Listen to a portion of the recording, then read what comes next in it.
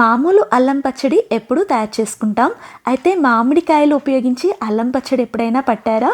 ఈ వీడియోలో 2 కేజీల మామిడికాయ అల్లం పచ్చడిని పర్ఫెక్ట్ కొలతలతో ఎలా తయారు చేసుకోవాలో చూసేసేద్దాం రండి.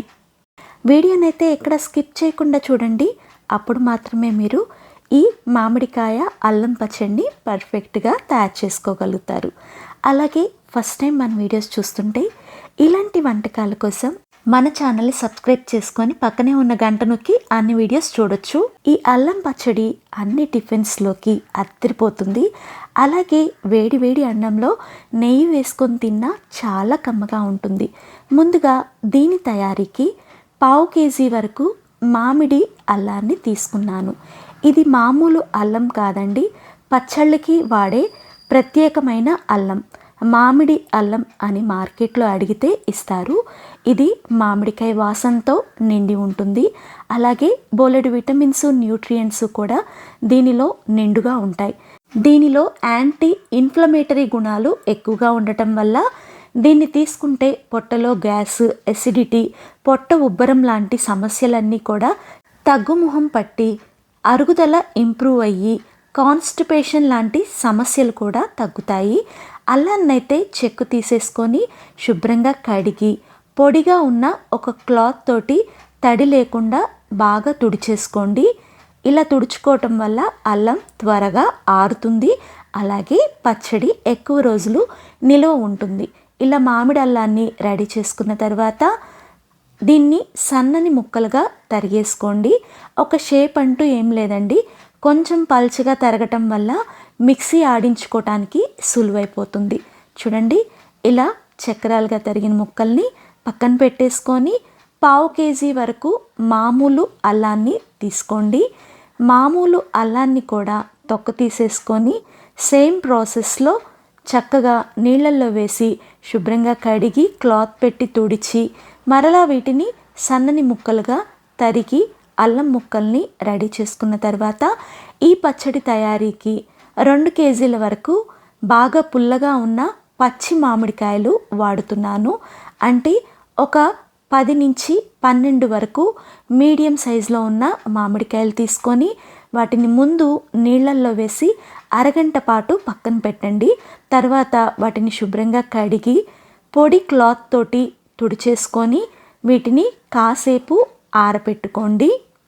మీరు ఎప్పుడైనా ఈ అల్లం మామిడికాయ పచ్చడిని పట్టారేమో కామెంట్ చేయండి. ఇంకా ఇవి లేతగా ఉన్న మామిడికాయలండి. మీరు టెంకె ముదిరిన మామిడికాయలతో కూడా ఈ పచ్చడిని తయారు చేసుకోవచ్చు. ముందుగా ఆరబెట్టుకున్న మామిడికాయలకి శుభ్రంగా తొక్కు అనేది తీసేసిన తర్వాత మామిడికాయని సగానికి కట్ చేసి టెంకె భాగం సపరేట్ చేసుకోండి. ఒకవేళ జీడి ఉంటే జీడినైనా సపరేట్ చేసుకోండి. ఇలా తరిగిన మామిడికాయని సన్నని ముక్కలుగా తరిగేసుకోవాలి. మామిడికాయలో ఏ విటమిన్ అనేది చాలా ఎక్కువగా ఉంటుందండి. అలాగే పచ్చి మామిడికాయలో సి విటమిన్ కూడా ఫుల్గా ఉంటుంది. సీజనల్గా దొరికినప్పుడు వీటిని పచ్చళ్ళ రూపంలో తయారు చేసుకొని తినటం వల్ల మనకి ఎన్నో ఆరోగ్య ప్రయోజనాలు లభిస్తాయి. తరిగిన అల్లం ముక్కల్ని, మామిడికాయ ముక్కల్ని 1 గంట పాటు మంచి ఎండలో ఆరబెట్టుకోండి. ఈ లోపల ఒక ప్యాన్లో 3 స్పూన్ల సన్న ఆవాల్ని, పచ్చడి ఆవాలు అంటారండి, ఇవైతే పచ్చడి చేదు రాకుండా ఉంటుంది. అలాగే 1 స్పూన్ నిండుగా మెంతులు వేసేసి సన్నని సెగ మీద మెంతులు, ఆవాలు ఎర్రగా వేగి మెంతులు మంచి సువాసన వచ్చి ఆవాలు ఇలా చిటపట్లాడేంత వరకు వేపుకున్న తర్వాత దీన్ని పూర్తిగా చల్లార పెట్టుకొని పొడిగా ఉన్న ఒక మిక్సీ జార్లోకి వేసేసుకొని మెత్తటి పొడిలాగా దీన్ని సిద్ధం చేసుకోండి. చూడండి, ఇలా రెడీ చేసుకున్న దాన్ని కొంచెం సేపు పక్కన పెట్టుకుంటే ఆరిపోతుంది. ఈ మామిడికాయ అల్లం పచ్చడి తయారీకి 1 కేజీ వరకు బెల్లాన్ని నలకొట్టుకొని పక్కన పెట్టేసుకోండి. ఇప్పుడు ఆరిన అల్లం ముక్కలు రెండింటిని కూడా ఒక గిన్నెలోకి కలిపేసుకున్నాను. వాటిని కొలిస్తే ఒక పాత్ర నిండుగా వచ్చాయి. ఇప్పుడు మామిడికాయ ముక్కల్ని ఆరపెట్టుకున్నాం కదా, వాటిని కూడా అదే పాత్రతోటి కొలుచుకోండి. మామిడికాయ ముక్కలు అనేవి అదే పాత్రతోటి 4 పాత్రలు రావాలి.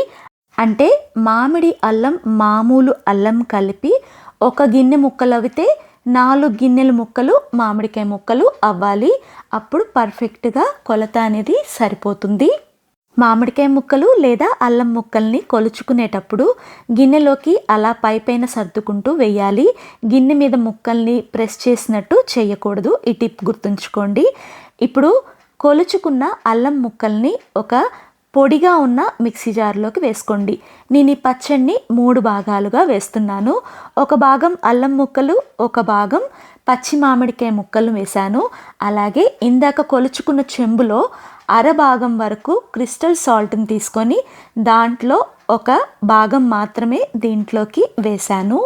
ఇప్పుడు కారాన్ని ఆ చెంబులో అరభాగం కన్నా కొంచెం ఎక్కువగా తీసుకున్నాను.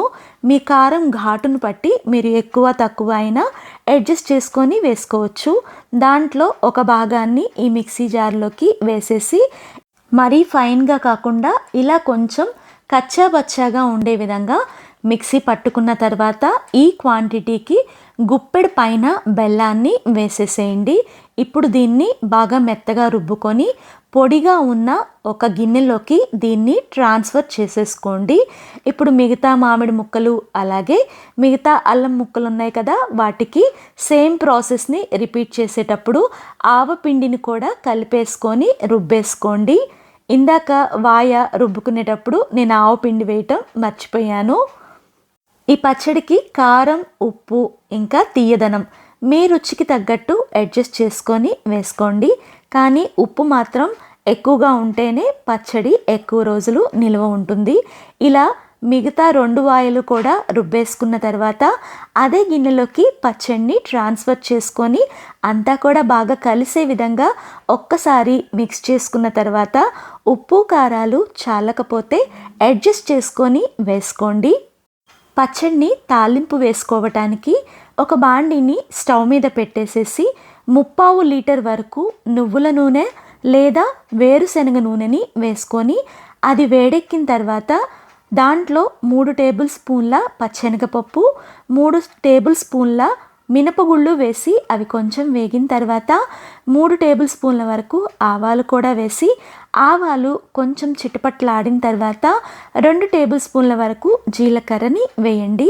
పోపంతా కూడా స్లో ఫ్లేమ్లో బాగా వేపుకున్న తర్వాత 10 నుంచి 12 వరకు ఎండుమిరపకాయల్ని ఉన్నపలంగా వేసి అది కొంచెం వేగిన తర్వాత రుబ్బి పెట్టుకున్న మామిడికాయ అల్లం పచ్చడిని దీంట్లో వేసేసేయండి.